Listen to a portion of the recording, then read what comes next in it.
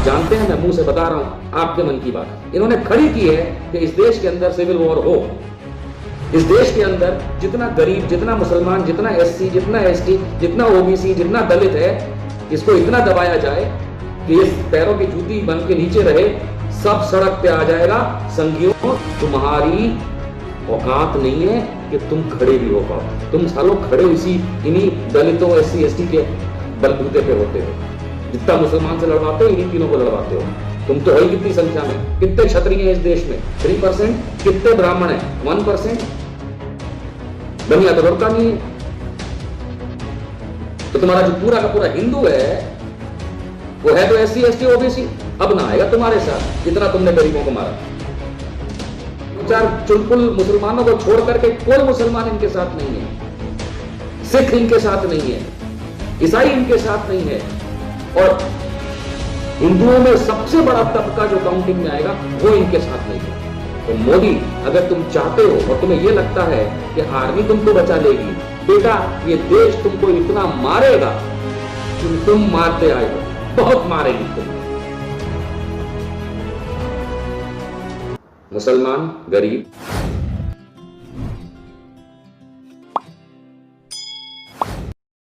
तबलीगी जमात और मुसलमानों को लेकर के जिस नालायकी से नरेंद्र मोदी और उसकी सरकार और भाजपा ने जिस तरीके से मुसलमानों का अपमान किया, जिस तरीके से मुसलमानों का अपमान खुद इस सरकार ने किया, इस देश के अंदर बैठे प्रधानमंत्री और उनकी नाक के नीचे भारतीय जनता पार्टी ने किया, यह अति शर्मसार होने वाली बात है।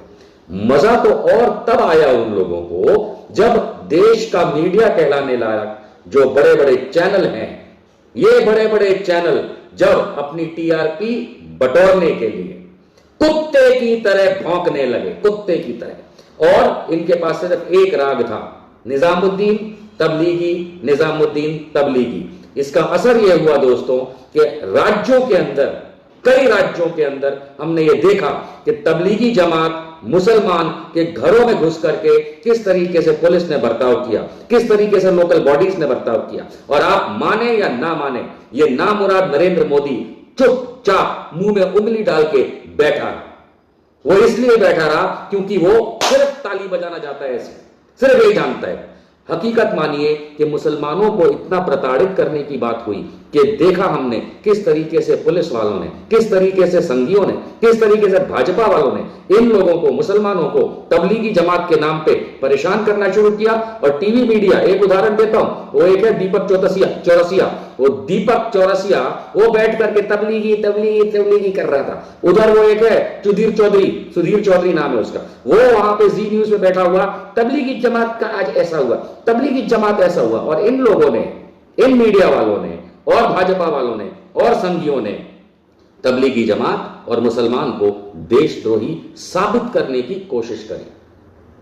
कितने शर्म की बात है, कितने शर्म की बात है कि ऐसे मीडिया में बैठे गधे और कुत्ते के पिल्ले, कहूं तो बुरा तो नहीं लगेगा, क्यों? क्योंकि ये तो वही कर रहे थे, ये तो हकीकत में वही काम कर रहे थे। ये एक वर्ग विशेष, एक जाति विशेष, एक धर्म विशेष का नाटक बना करके और घिसाई पे घिसाई इसलिए कर रहे थे क्योंकि नरेंद्र मोदी और उसकी सरकार, जिसने मार्च 2020 के अंत में देश में NDMA, national disaster management act का कानून लगा दिया था और जिसके चेयरमैन खुद नरेंद्र मोदी हैं, लेकिन इन्हें करना कुछ नहीं आया। ना इन्हें कोरोना से लड़ना आया, ना इन्हें लोगों का स्वास्थ्य देखना आया, ना अस्पतालों में जगह बनानी आई, ना पीपीई आया, ना टेस्टिंग किट आए, ना लोगों तक खाना आया, ना इनके पास पैसा आया।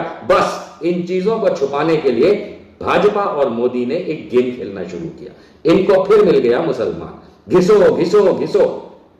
ये बदतमीजी से घिसते रहे और संगी नाचते रहे। ये क्या इनका बेवकूफानापन है? ये क्या बेवकूफानापन है? तुम्हारे लिए कोरोना नहीं है, दूसरों के लिए कोरोना है और मुसलमान को घिसते रहोगे। अबे साले संघियों, दो बॉडी के औकात वालों, तुम तो हिंदू कहलाने के लायक नहीं हो, इतने बड़े नालायक और गधे हो। असली देशद्रोही तो तुम हो, असली देशद्रोही तो नरेंद्र मोदी है, जो इस पूरे समय के अंदर, जो इसने कोरोना काल बना दिया, उसके अंदर कभी भी इसने खड़े होकर यह नहीं कहा कि मेरे देशवासी कोरोना पीड़ित हो रहे हैं। इसके पिल्ले लगे रहे मुसलमानों के पीछे, और वो कुछ सेक्शन मीडिया का, वो दीपक चौरसिया और जी न्यूज टाइप का, वो मोदी की कुतिया बन गए। वो मोदी की कुतिया बन गए जो बारिश के मौसम में उसके आगे पीछे घूमते रहे। अब आप समझते हैं क्या? आई मीन, क्या मुसलमानों से इस देश में कोरोना फैला? नहीं। कोरोना तो फैला क्योंकि मोदी ने समय पे दरवाजे बंद नहीं किए भारत के, विदेश से लोगों को आने दिया, लाखों लोगों को आने दिया। दीपक चौरसिया और सुधीर चौधरी जैसे चपरकनाती चूतियों को यह नहीं पता कि वो देशद्रोही हैं, उनके चैनल देशद्रोही हैं। वो जिस तरीके से पुराने निकाल करके देखिएगा, आप पुराने निकाल करके इनके वीडियोस देखिए, कैसे कुत्तों की तरह लगे पड़े थे मुसलमानों के पीछे, जैसे मुसलमानों से कोरोना आया हो। अब इनके पिछवाड़े में दम नहीं है कि ये बोले अमित शाह देशद्रोही, कोरोना पॉजिटिव है, तबलीगियों के पास क्या करने गया था? बिरयानी खाने गया था बे अमित शाह, तू कैसे हो गया? कैसे हो गया कोरोना पॉजिटिव बे? तबलीगियों के पास क्या करने गया था? तब इनका मुंह नहीं खुलेगा। वो शिवराज सिंह चौहान, उसने तो ऐसे आधा बर्जी किया होगा ना, तो ऐसे रे आ गई होगी उसकी कोरोना की उसके मुंह में, है ना? है ना? Shivraj Singh Chouhan, this is bloody for you, up yours. वो कहां है? अर्नब गोस्वामी कहां है? The nation wants to know, पूछता है भारत। अर्नब गोस्वामी, तेरे में अगर हिम्मत है तो एक 15 मिनट का शो करके दिखा दे जिसमें तू अमित शाह को देशद्रोही बोल, जैसे तूने मुसलमानों को और तबलीगियों को देशद्रोही बोला था कोरोना पे। बोल, तेरे में औकात है तो। मोदी के साथ ऐसी वाली ताली बजाने वालों, तुम्हारे में कोई औकात नहीं है। You guys are zero, absolute zero, a shame on this nation. शर्म आनी चाहिए तुम लोगों को। इनका एक पैसे का ईमान नहीं है, एक पैसे का ईमान नहीं है, ना मोदी का, ना भाजपा का, ना अमित शाह का, ना आरएसएस का, ना विश्व हिंदू परिषद का। क्यों? क्योंकि इनके पास सिर्फ एक ही चीज है, मुसलमान को कैसे प्रताड़ित किया जाए। जिस दिन गरीब का दिमाग फ्यूज हुआ, जिसको आप लोअर क्लास, लोअर कास्ट कहते हैं, उसका दिमाग फ्यूज हुआ, और मुसलमान का दिमाग फ्यूज हुआ, और साथ साथ हम हिंदुओं का दिमाग फ्यूज हुआ, तो ये जितने संघी है ना, ये जो चड्डी से पतलून तक पहुंचे हैं ना, इनकी चड्डी भी नहीं रहेगी, इतना मारेंगे। और मैं कह रहा हूं, इतना मारेगा देश इनको। कोई पुलिस इनको नहीं बचाएगी, कोई कानून इनको नहीं बचाएगा, कोई फौज इनको नहीं बचाएगी, क्योंकि मेरे देश को तोड़ने वाले, मेरे देश के लोगों को मारने वाले, मेरे देश के लोगों को परेशान करने वालों का साथ कोई नहीं देता। हां, अगर कोई देता है, वो जी न्यूज और दीपक चौरसिया और सुधीर चौधरी जैसे लोग, ये भी मार खाएंगे। कर दे मेरे पे केस के, मैं ये बात कर रहा हूं, मैं आईना दिखा रहा हूं। पकड़ पकड़ के मारे जाएंगे, ये पकड़ पकड़ के इतने दौल मारे जाएंगे और फिर जेल में डाले जाएंगे। पकड़ पकड़ के मारे जाएंगे ये सारे संघी जो इस समय पिछले 6 महीने से कोरोना के नाम पे देश के अंदर मुसलमान, गरीब और दलित को परेशान कर रहा है। सब मिल करके, हम हिंदू मिल करके इनको इतना मारेंगे, इनसे कोई नहीं डरता। अगर ये आ जाते हैं ऐसे ऐसे, इनके कोई नहीं, कोई हवा नहीं है। पकड़ के धौल दो मारो, सब सीधे हो जाएंगे। अगर ये तुमको मारते हैं तो किसी से डरने की जरूरत नहीं है। और मोदी, तेरे में तो औकात नहीं, तू तो छक्का है, छक्का है मोदी, समझे? You are a bloody 6।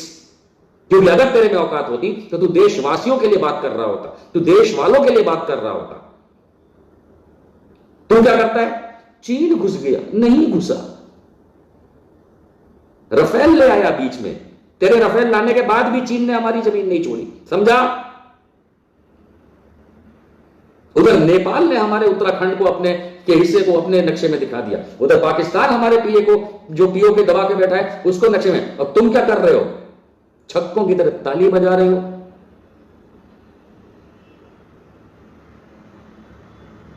मंदिर शिलान्यास को तो छोड़ दो साइड में, कोई मतलब ही नहीं है, बेकार का ड्रामा। कोई ना मंदिर बनाएंगे ये लोग, ना मंदिर बनने वाला है इन लोगों से। इन्होंने करना था खाली आपको कोविड-19 के चीजों से दूर रखने के लिए सारे ड्रामे चल रहे हैं। आज पूर्व संध्या मान के चलिए 20 लाख कोरोना मरीज हो जाएंगे आज इस देश में। आप जब तक सुबह सो के उठेंगे 20 लाख की संख्या क्रॉस कर चुका होगा ये देश कोरोना मरीजों का, जिसमें ठीक है 13-14 लाख ठीक भी हो जाते हैं, तो हम पहले से कह रहे हैं खांसी जुकाम है तो साले तुमने देश को लॉकडाउन क्यों किया? मुसलमानों को इतना मारा क्यों? गरीबों को इतना मारा क्यों? दलितों को इतना क्यों मारा? क्यों मारा? तेरे बाप का देश है, उठा उठा के मोदी तेरे को इतना पटकेंगे ना, याद रखेगा तू, तेरे बाप का देश नहीं है। तेरे बाप का तो पिस्तौल भी नहीं था, देश क्या होगा? और जितने संगी देख रहे हैं, अगर उन्हें यह लगता है और उन्हें बुरा लगता है मेरी बात का, अबे तुम्हारे पास जितने लाठी तलवार है ना, निकाल के आ जाओ। इस बार ना तो कोई दलित तुम्हारा साथ देगा, ना कोई SC ST OBC तुम्हारा साथ देगा, ना इस बार मुसलमान तुम्हारा साथ देगा, ना इस बार गरीब तुम्हारा, ना वर्कर, ना कोई तुम्हारा साथ देगा। सालों हो कितने गिनती में, कितने हो? अच्छा क्या पुलिस का साथ लोगे? पुलिस उल्टा तुम्हें लकड़ियां मारेगी। करके देख लो ट्राई, कितना मारोगे बे इस देश को? मार नहीं पाओगे। और ये जितने मीडिया वाले हैं ना, सुधीर चौधरी से लेकर के ये दीपक चौरसिया जैसे हरामी, तुम देखो तुम्हारे क्या हाल होते हैं। RSS की आइडियोलॉजी के हिसाब से मोदी जी और उनके जितने पिल्ले हैं, इन्होंने इस देश में परिस्थिति लाके खड़ी की है। और आप जानते हैं, मैं मुंह से बता रहा हूं आपके मन की बात, इन्होंने खड़ी की है कि इस देश के अंदर सिविल वॉर हो। इस देश के अंदर जितना गरीब, जितना मुसलमान, जितना SC, जितना ST, जितना OBC, जितना दलित है, इसको इतना दबाया जाए कि इस पैरों की जूती बन के नीचे रहे, सब सड़क पे आ जाएगा। संगियों, तुम्हारी औकात नहीं है कि तुम खड़े भी हो पाओ। तुम सालों खड़े इन्हीं दलितों, SC ST के बलबूते पे होते हो। जितना मुसलमान से लड़वाते हो, इन्हीं तीनों को लड़वाते हो। तुम तो हो ही कितनी संख्या में? कितने क्षत्रिय हैं इस देश में? 3%। कितने ब्राह्मण हैं? 1%। बनिया तो लड़ता नहीं है। तो तुम्हारा जो पूरा का पूरा हिंदू है, वो है तो SC ST OBC। अब ना आएगा तुम्हारे साथ, इतना तुमने गरीबों को मारा। इसीलिए जब कल 5 तारीख को वो गलत सलत शिलान्यास और अधर्म करने के लिए, जो मोदी अधर्म करने गया था अयोध्या, उसके बाद उसके लिए उन्होंने सबने क्या कहा था कि भैया दिवाली मनाना, अपने अपने घरों में दिए जलाना, लाइटें लगाना, किसी ने नहीं किया। चूतिया बन गए ये लोग, सारे संगी चूतिया बन गए। खुद लेकर के अपने अपने घरों में 1000 में से 10 घरों के अंदर कल लाइट जली, कहीं पटाखे की आवाज नहीं आई। दिवाली ऐसे मनती है वह मोदी का दिवाला हो गया कर, समझे? तो याद रखिए, आप अपने आजू बाजू ये सब चीजें समझते और देखते रहिए।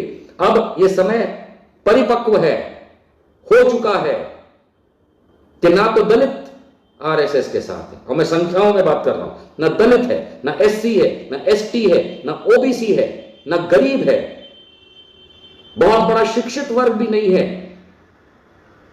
और वो 2-4 चुलपुल मुसलमानों को छोड़ करके कोई मुसलमान इनके साथ नहीं है। सिख इनके साथ नहीं है, ईसाई इनके साथ नहीं है, और हिंदुओं में सबसे बड़ा तबका जो काउंटिंग में आएगा वो इनके साथ नहीं है। तो मोदी, अगर तुम चाहते हो और तुम्हें यह लगता है कि आर्मी तुमको बचा लेगी, बेटा ये देश तुमको इतना मारेगा क्योंकि तुम मारते आए हो, बहुत मारेगी तुमको।